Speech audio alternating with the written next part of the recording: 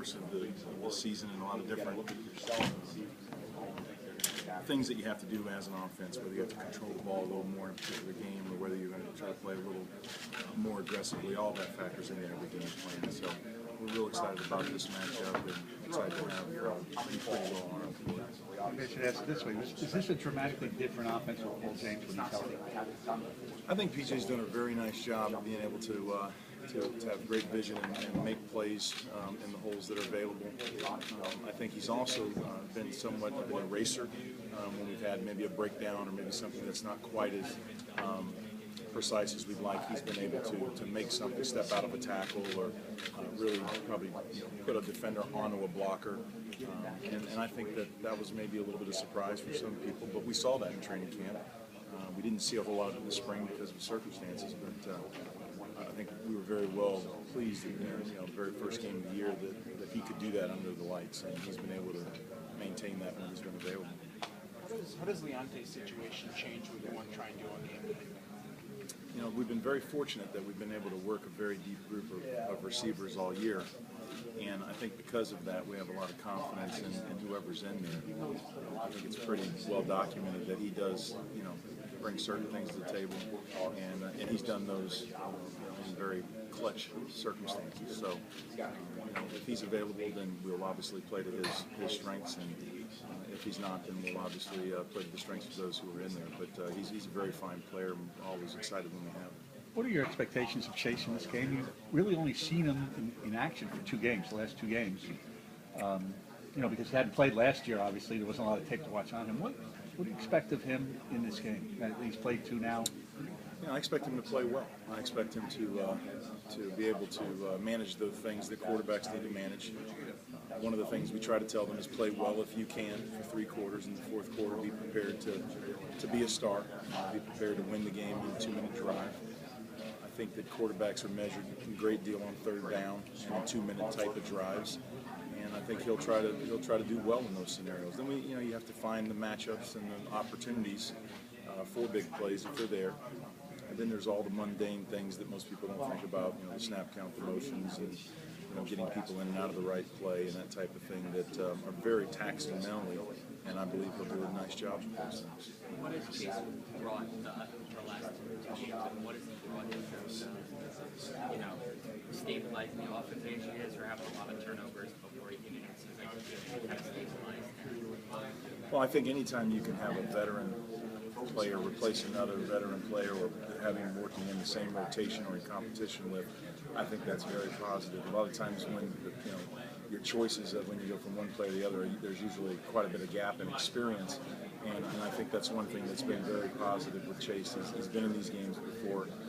He was very dutiful. He was very diligent to study. Did not get a lot of reps, as you can imagine, in all the practices. But I did have an opportunity to watch him and to be in the meeting room with him and see how he learns and maybe what he likes and what he sees the best. And he's done a very nice job of communicating those things with me, and I think we have a pretty good and open dialogue that way. Coach, how much of a luxury is it to have a guy like Tyler Croft at tight end for you? The tight end position has been something over the years that we've really tried to emphasize and really found a niche with. And I think he believed when I told him in the spring that he would have the number of catches that he's had, and I actually thought he'd have a few more. A lot of those 3rd downs that we've left out there on the field, and a lot of those other opportunities for him.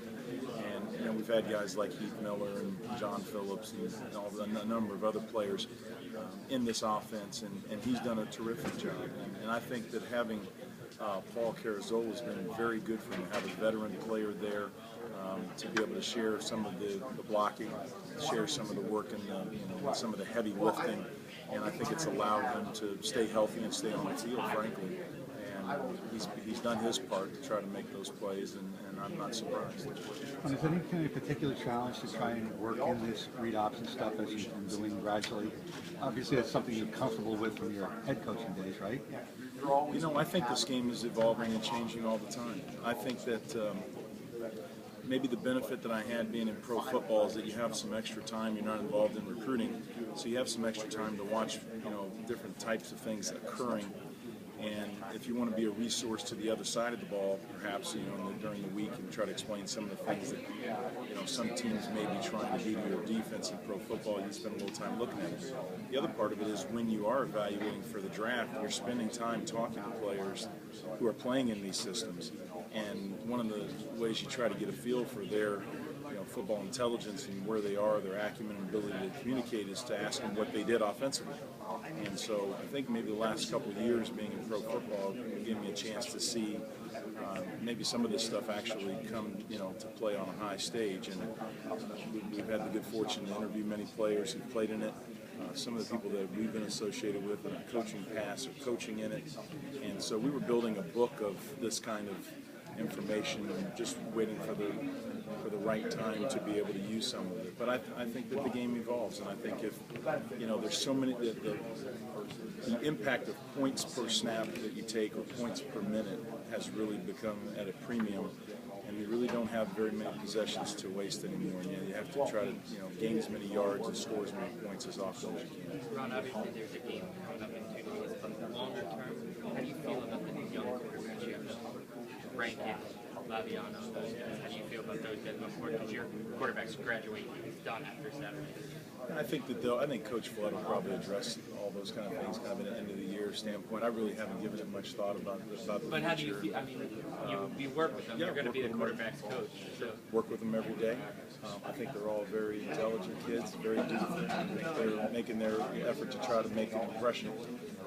But once again, you know more when they're in the games, and that's where the benefit of where we are right now is for this game, knowing what Chase is comfortable with, and if it's needed, those kind of things that Gary's most comfortable with, and that's really where my focus has been. And I think the bowl prep has been positive to see those young people get some work, and hopefully we can build on that. Do you think? I would stay so you guys or something that you guys would utilize. Yeah, I think there's a cat and mouse game going on with the defensive coaches around the country and offensive coaches, and I think when you start to see, it's a little too technical, but a lot of rotation coverages, a lot of additional people in the box, and how to handle certain overhangs, that type of thing. I think the read option or any kind of the stuff that people would designate as spread offense-oriented stuff is here to stay, and I think people will use it in a number of different ways going forward. You see it in pro football, and so I think anything you can do to eliminate some of the pressure on your offensive line and your quarterbacks and your running backs is a positive thing, and obviously it gives the receivers an opportunity to make even more catches and have more of an impact on the game. How do you kind of go about integrating that and also kind of keeping true to the pro style, Yeah, I think what we really wanted to do was install the basics of these plays, and really we haven't deviated from that. What most of the stuff that you see nowadays is derivations or some kind of ancillary reads or calls that are associated with, so maybe you don't have to check out of a play. You already have the second play that you would have checked to running along with the first play. And it's the quarterback's decision that can take him there, and I think you see that becoming a bigger part of the game, and I think it's probably here to stay. And so, one of the things we talked about in training camp is that we wanted to have a lot of diverse ways to run the ball and move the ball, and those are some of the things that we were referring to, and we have some other things that we haven't had a chance to show. Coach, what have you seen of stuff